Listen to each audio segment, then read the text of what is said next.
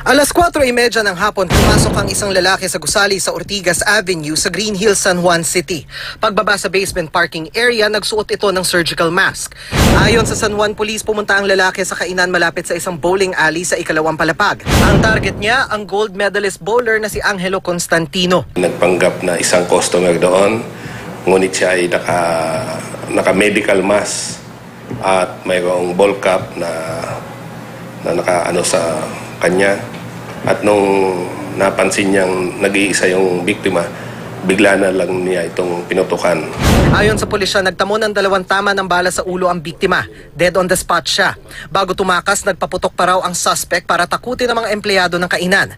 Iniwan daw nito sa isang gilid ang baril na ginamit sa krimen. Posibleng pinlano raw ng suspect ang lahat. Mukhang alam niya yung pagpasikot-sikot doon kasi dumiretso na siya doon sa second floor. Vital organs yung ulo natin. Kaya doon ang pinunteriya ng suspect para mapatay talaga yung ating biktima. May mga persons of interest na ang pulisya at may ilang anggulong pinag-aaralan pero tumanggi muna silang sabihin ng mga ito. Nagpahayag naman ng pakikiramay ang Philippine Bowling Federation Incorporated sa pamilya Constantino. Malaking kawalan daw sa bowling community si Constantino na isang dedicated na coach, atleta at bowling champion. Dano Tingkong ko, GMA News.